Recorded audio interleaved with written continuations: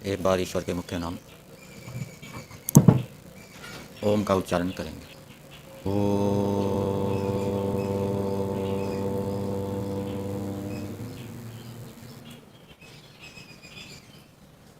सम्माननीय धार्मिक सज्जन वृंद,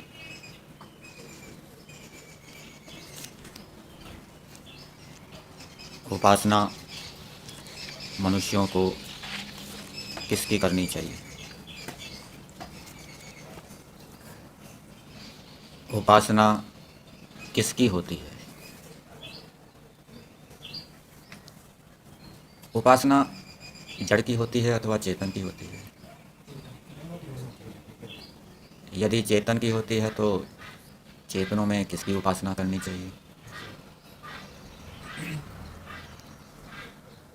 उपासना जड़ की भी हो सकती है, लेकिन जड़ की उपासना का निषेध किया गया। कौन से मंत्र?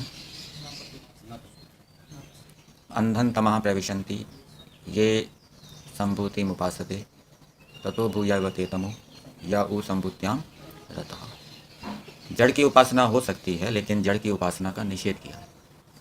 जड़ की उपासना नहीं करनी, उनसे हमें उपयोग लेना है, अपने प्रयोजनों को, अपने कार्यों को सिद्ध करना है।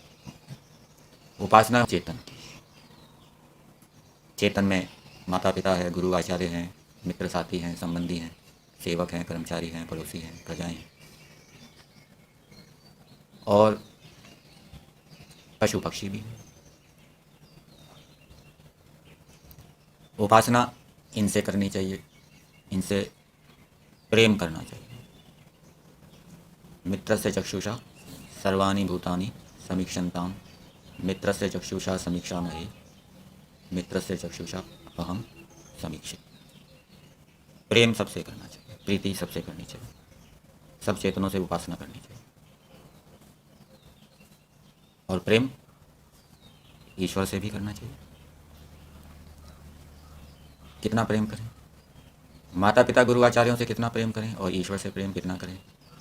क्या बराबर करें या कम अधिक करें?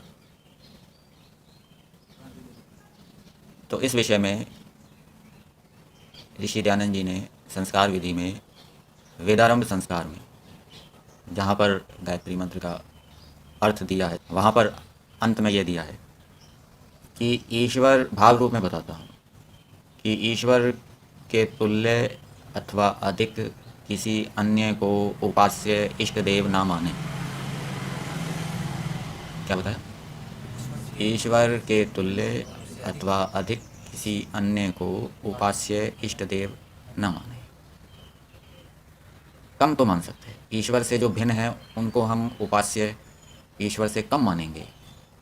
ईश्वर से जो भिन्न प्राणी हैं, मनुष्य आदि प्राणी, उनसे हम प्रेम ईश्वर से कम कर सकते हैं, लेकिन उनसे जो प्रेम है वो ईश्वर के बराबर नहीं करना।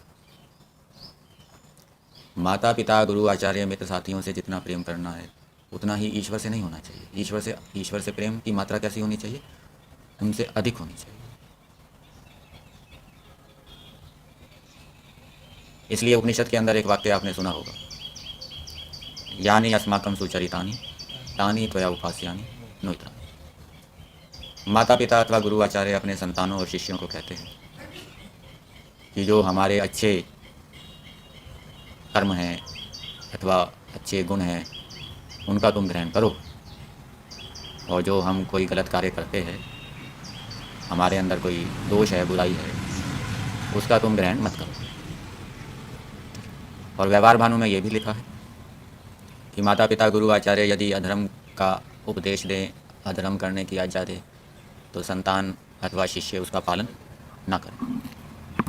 तो इससे क्या सिद्ध होता है? ईश्वर माता पिता से, गुरु आचार्यों से अधिक उपास्य होना चाहिए, और माता पिता गुरु आचार्य ईश्वर से कम उपास्य होने चाहिए।